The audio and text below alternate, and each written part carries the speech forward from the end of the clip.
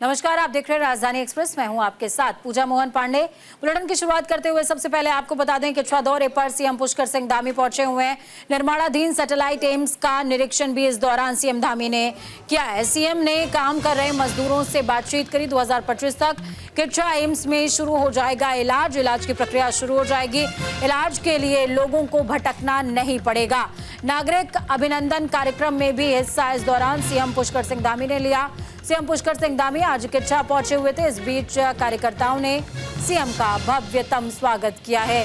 सांसद अजय भट्ट, विधायक शिव अरोड़ा, किच्छा विधायक तिलकराज बहेड़ मौजूद रहे। इस दौरान सीएम धामी ने निर्माणाधीन सैटेलाइट एम्स का निरीक्षण किया है।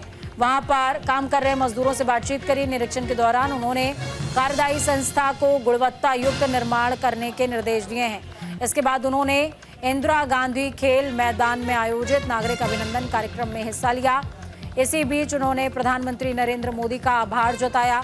सीएम पुष्कर सिंह धामी ने कहा, लंबे समय से स्थानीय लोगों की मांग पर केंद्र सरकार की ओर से प्रदेश को एक और एम्स की सौगात दी गई थी, जिसके बाद युद्ध स्तर पर निर्माण कार्य चल रहा है। आगे बताया, अब इलाज के लिए लोगों को इधर उधर भटकना नहीं पड़ेगा। उन्होंने उम्मीद जताई है कि 2025 तक किच्छा एम्स में इलाज भी शुरू हो जाएगा।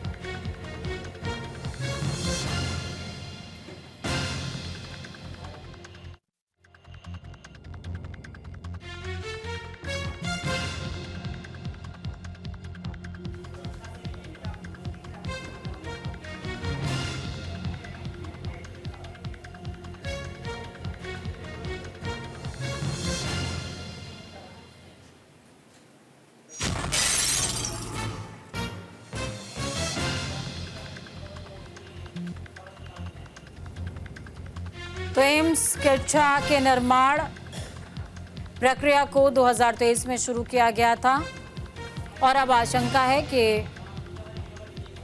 2025 तक निर्माण कार्य पूरा हो जाएगा, जिसके बाद संबद्ध लोगों को इलाज के लिए इधर उधर भटकना नहीं पड़ेगा।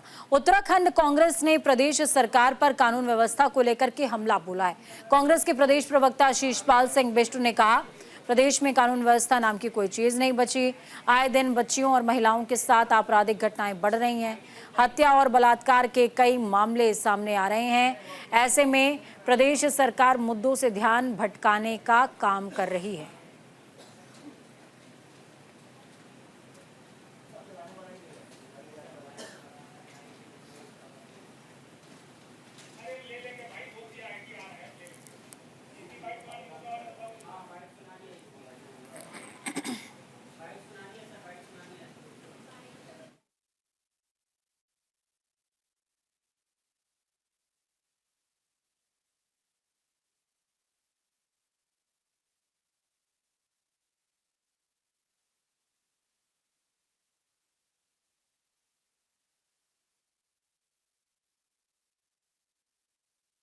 देखिए, प्रदेश में कानून व्यवस्था नाम की चीज नहीं है। अपराधी खुलेआम अपराधों को जो है अंजाम दे रहे हैं। बेटियां घर से निकलने में डर रही हैं। बेटियों के साथ आए दिन बलात्कार हो रहे हैं, उनकी हत्याएं हो रही हैं, खुलेआम डकैतियां हो रही हैं। और अगर इस प्रकार के जो भी अपराध हैं, पुलिस अगर उन पर नियंत्रण नहीं लगा पा रही है और जिस तरीके से सरकार मुद्दों से ध्यान भटकाने के लिए अपराधों को नए नए नाम देने का प्रयास कर रही है, तो निश्चित तौर पर ये सरकार की नाकामी है।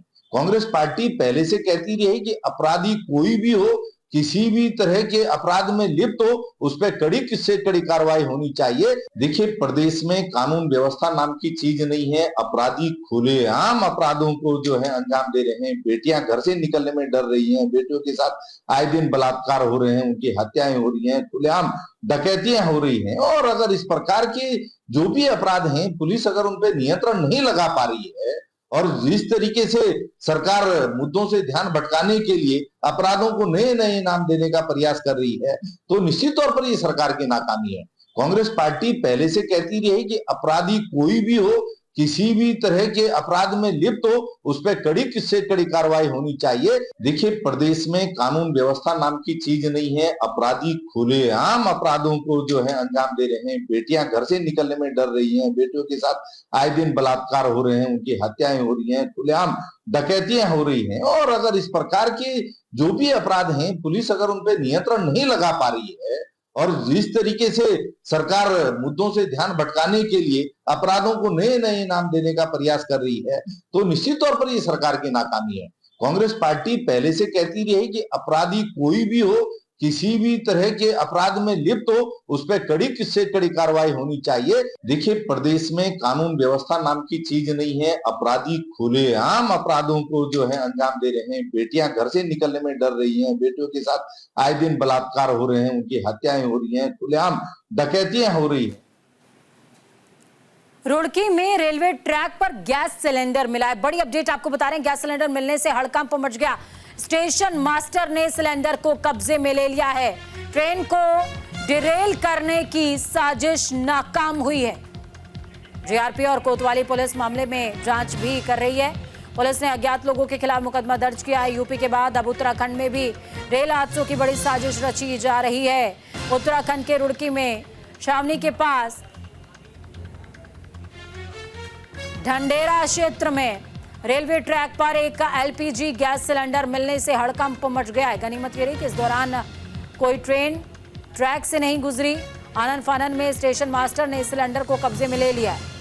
मामले की जानकारी रेलवे के अधिकारियों को दी गई है। सूचना पर लक्सर रेलवे पुलिस की टीम पहुंची है और सिलेंडर को कब्जे में लिया। फिलहाल जीआरपी और कोतवाली पुलिस मामले के पड़ताल में जुटे हुए हैं।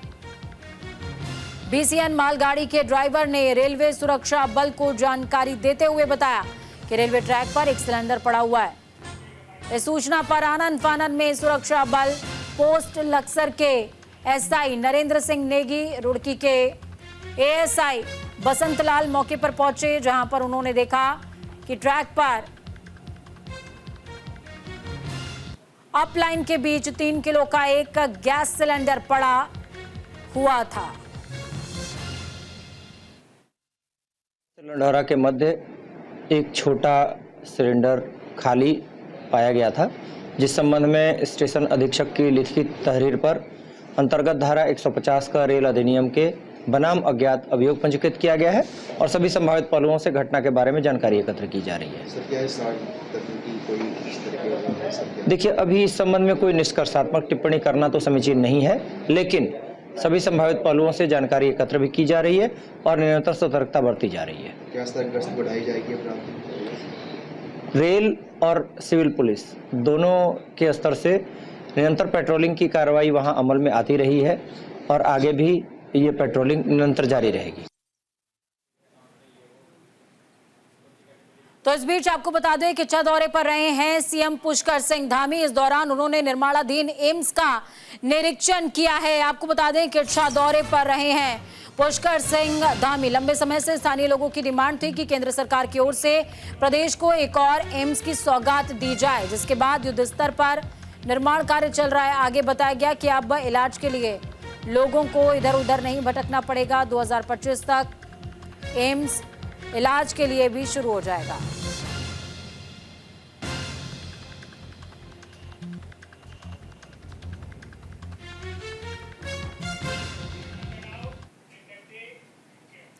एम्स किच्चा के निर्माण की जो प्रक्रिया है वो 2023 से शुरू हुई थी। 200 एकड़ जमीन पर ये एम्स बनाया जा रहा है, जिसकी लागत लगभग 1500 करोड़ रुपए आ रही है। लोगों को उच्च स्तरीय स्वास्थ्य सुविधाएं मिलेंगी। निर्माण कार्यों की गुणवत्ता पर विशेष ध्यान रखा जाए, इस बात के निर्देश मुख्यमंत्री पुष्कर सिंह धामी की तरफ से दिए गए हैं और ये पूरा निर्माण कार्य जो तय समय सीमा है उसमें पूरा किया जाए, इस बात का भी विशेश ध्यान रखा जा रहा है। इस पूरे क्षेत्र के आसपास के स्वास्थ्य सेवाओं के लिए बहुत लंबे समय से एम्स की मांग की जाती रही है और यहाँ की ज़रूरत भी थी। माननीय प्रधानमंत्री आदरणीय मोदी जी से हम सब लोगों ने निवेदन किया कि एक एम्स हमारे यहाँ पर खुलना चाहिए इस पूरे क्षेत्र के लिए। उन्होंने हम सब की मांग को बहुत गंभीरता से लिया और एक एम्स हमको यहाँ पर स्वीकृत हुआ। चल रहा है। मैं आदरणीय प्रधानमंत्री नरेंद्र मोदी जी का बहुत धन्यवाद करता हूँ कि उन्होंने इस क्षेत्र की समस्या और यहाँ के लोगों के स्वास्थ्य के लिए, जिनको दिल्ली जाना पड़ता था, अन्य स्थानों पर भटकना पड़ता था, अब बाहर नहीं जाना पड़ेगा। अब उनके घर के पास उनको पूरे जो सबसे अच्छी सुविधाएं होती हैं स्वास्थ्य के क्षेत्र की वो मिलेंगी। और ये सबसे बड़ी बात ये भी है कि हमारा एक एम्स पहले ही जो है ऋषिकेश में स्वीकृत हो चुका है और अब हमारे राज्य के अंदर एक एम्स की ओपीडी वहाँ पहले से चालू है और 2025 के अंत तक यहाँ पर भी एम्स की सेवाएं शुरू हो जाएंगी। चलिए, इस खबर पर ज्यादा जानकारी के लिए अनुज अवस्थी ग्राउंड जीरो से जुड़ गए हमारे साथ में। अनुज, क्या कुछ अपडेट है? एम्स का निर्माण कार्य 2023 में शुरू हुआ। किच्छा और आसपास के लोगों के लिए बड़ी सौगात है। 2025 तक इलाज की प्रक्रिया भी शुरू हो जाएगी। निरीक्षण करने के लिए सीएम पुष्कर सिंह धामी खुद पहुंचे हुए थे। कितना संभव लग रहा है 2025 तक शुरुआत की बात? बिल्कुल पूजा, एम्स जो है पूरे उत्तराखंड की एक ऑक्सीजन कहते हैं जो ऋषिकेश में स्थित है। अब क्योंकि गढ़वाल के लोग हैं और कुमाऊं के लोग हैं वो ऋषिकेश एम्स आते हैं और अपना इलाज कराते हैं और साथ ही साथ उत्तराखंड से लगे हुए चाहे वो बिजनौर, उत्तर प्रदेश का बिजनौर जिला हो, सहारनपुर हो, मुजफ्फरनगर हो, मेरठ हो, तमाम जगहों से लोग इलाज कराने के लिए आते हैं। तो उनकी चीजें नहीं मिल पाती है, सुविधाएं मिलनी चाहिए चूंकि भीड़ जाती है। इसी के तर्ज पे चूंकि कुमाऊं के लोग हैं, कुमाऊं की गाइडलाइन है, किच्छा के पास जो है एम्स का निर्माण जारी है। वहाँ के लोगों की पंचायती यहाँ पर एम्स बना, हरिगढ़ के पास कुछ ऋषिकेश आने में बहुत समय लगता है। चंपावत में जिसमें जो पर्सन लगता है उसको ऋषिकेश आने में बहुत समय लगता है। एक लाइफलाइन को तर्ज पे एम्स का निर्माण कार्य लगातार सैटेलाइट एम्स का आज मुख्यमंत्री सिंह धामी वहाँ पे पहुंचे, वहाँ पे पूरा निरीक्षण किया।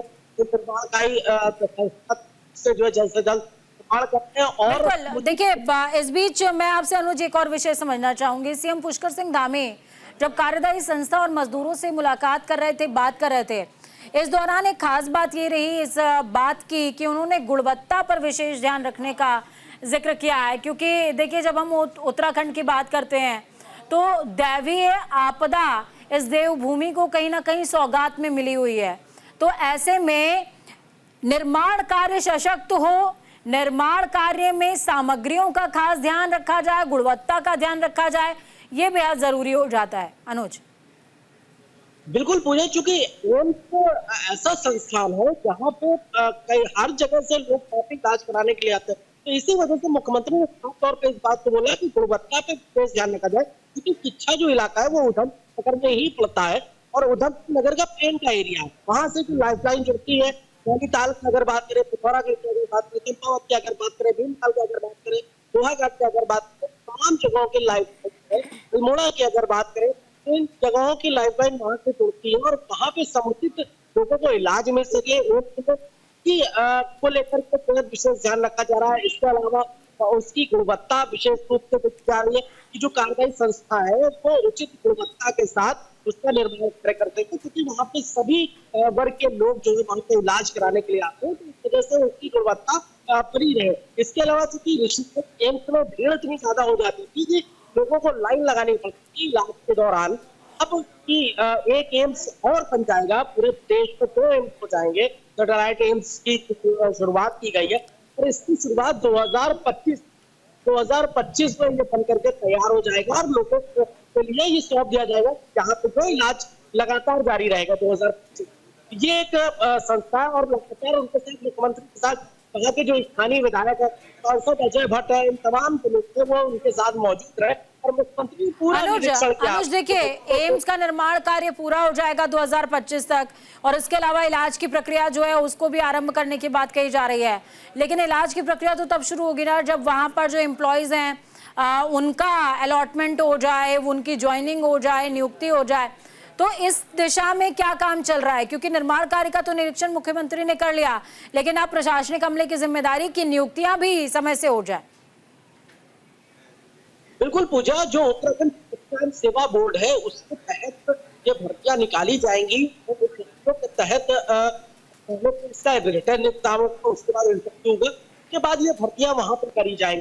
क्योंकि अभी निर्माण कार्य जारी है, निर्माण कार्य होने के बाद लगभग 1 साल का भी अंतराल है, 2025 में बन करके तैयार हो जाएगा। तो अप्रोक्सीमेटली ये मान के चले कि 2000 जनवरी या फरवरी में इसकी भर्तियां जो है की शुरुआत की जाएगी, और धीमे करके इन भर्तियां की जाएगी। खास बात और है पूजा, यहाँ पे 60% जो रिजर्वेशन बात करते हैं, 60% लोगों, उत्तराखंड के जो लोग हैं उनको नौकरी दी जाएगी। ये बात मुख्यमंत्री ने कहा। चलिए, बहुत शुक्रिया अनुज हमारे साथ जुड़ने के लिए, अहम जानकारी साझा करने के लिए। चंपावत दौरे पर रहे हैं सीएम पुष्कर सिंह धामी। दशहरा महोत्सव में सीएम धामी ने हिस्सा लिया है।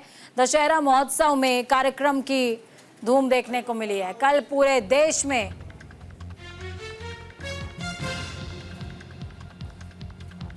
दशहरे का पर्व धूमधाम से मनाया गया। इस दौरान सीएम पुष्कर सिंह धामी ने अपने चंपावत दौरे के दौरान दशहरा महोत्सव में हिस्सा लिया।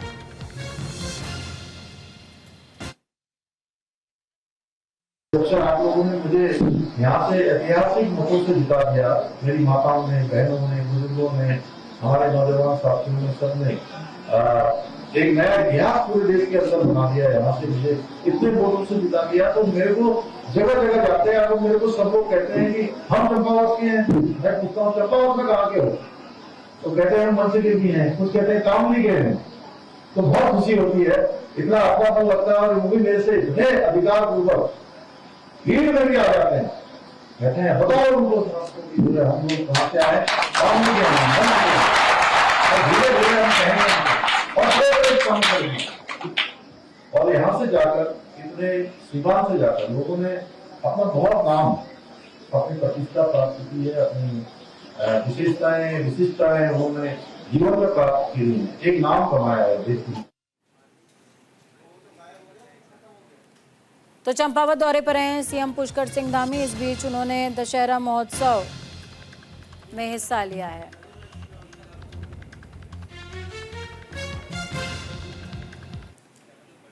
चार धाम के कपाट बंद होने की तारीख तय हो चुकी है। 3 नवंबर को बंद हो जाएंगे बाबा केदार के कपाट। 17 नवंबर को बद्रीनाथ धाम के कपाट भी बंद हो जाएंगे। 3 नवंबर को यमुनोत्री धाम के कपाट और 2 नवंबर को गंगोत्री धाम के कपाट बंद हो जाएंगे। 48,50,000 से ज्यादा श्रद्धालुओं ने दर्शन किए हैं। चार धाम यात्रा को लेकर बड़ी अपडेट। उत्तराखंड में चारों धामों के कपाट बंद होने की तारीख तय हो चुकी है। जानकारी के मुताबिक बद्रीनाथ धाम के कपाट 17 नवंबर को बंद होंगे, जबकि केदारनाथ धाम के कपाट 3 नवंबर को ही बंद हो जाएंगे। यमुनोत्री धाम के कपाट भी 3 नवंबर को, गंगोत्री धाम के कपाट 2 नवंबर को बंद होंगे।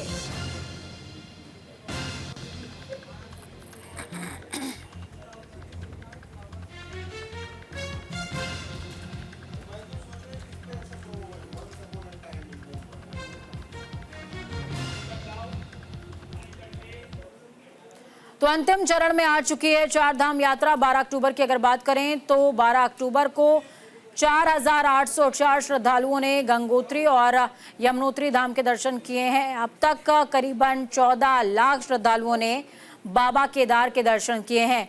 श्रद्धालुओं ने सालों का रिकॉर्ड ध्वस्त कर दिया है।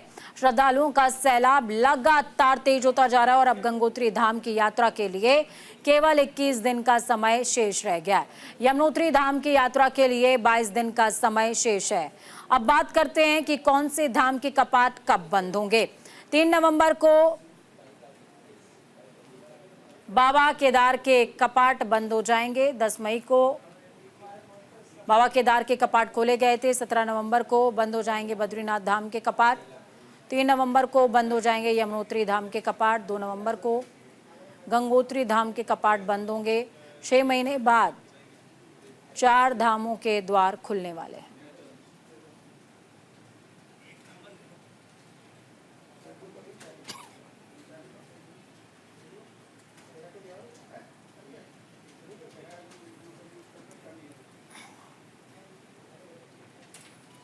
केदारनाथ उपचुनाव की तैयारियां तेज हो गई हैं। कांग्रेस ने पर्यवेक्षकों की नियुक्ति कर दी है। उपनेता प्रतिपक्ष भुवन कापड़ी को पर्यवेक्षक बनाया गया है। विधायक वीरेंद्र जाति को भी पर्यवेक्षक बनाया गया है। केदारनाथ सीट पर उपचुनाव के लिए कांग्रेस ने तैयारी तेज कर दी। इसके लिए पर्यवेक्षकों की नियुक्ति भी कर ली गई है।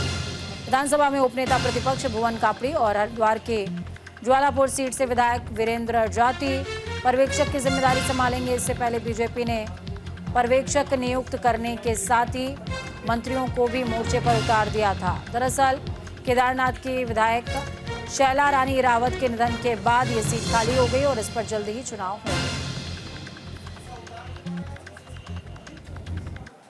जनता पार्टी चाहे छोटा चुनाव हो चाहे बड़ा चुनाव हो हर समय तैयार रहती है और हमारी तैयारी आज से ही नहीं, हम लगातार हमारा संगठन काम करते रहता है और सजगता से काम करता है। इसलिए हमें कोई भी किसी बात की कोई चिंता नहीं है और कोई भी सामने हो हम हर समय तैयार है और भारतीय जनता पार्टी केदारनाथ का चुनाव भारी मतों से जीतेगी।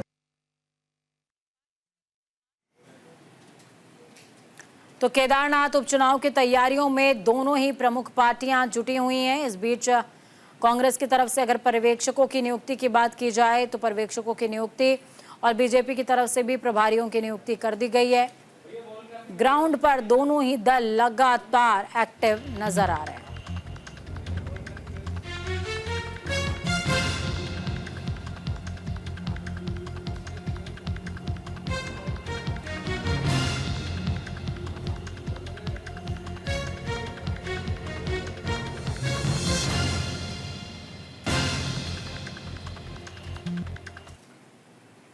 राजधानी एक्सप्रेस में फिलहाल खबरों का सफर यहीं तक। बुलेटिन के उस पार ताजा अपडेट्स के लिए देखते रहिए न्यूज़ इंडिया, क्योंकि हम हैं राष्ट्र की आवाज। नमस्कार।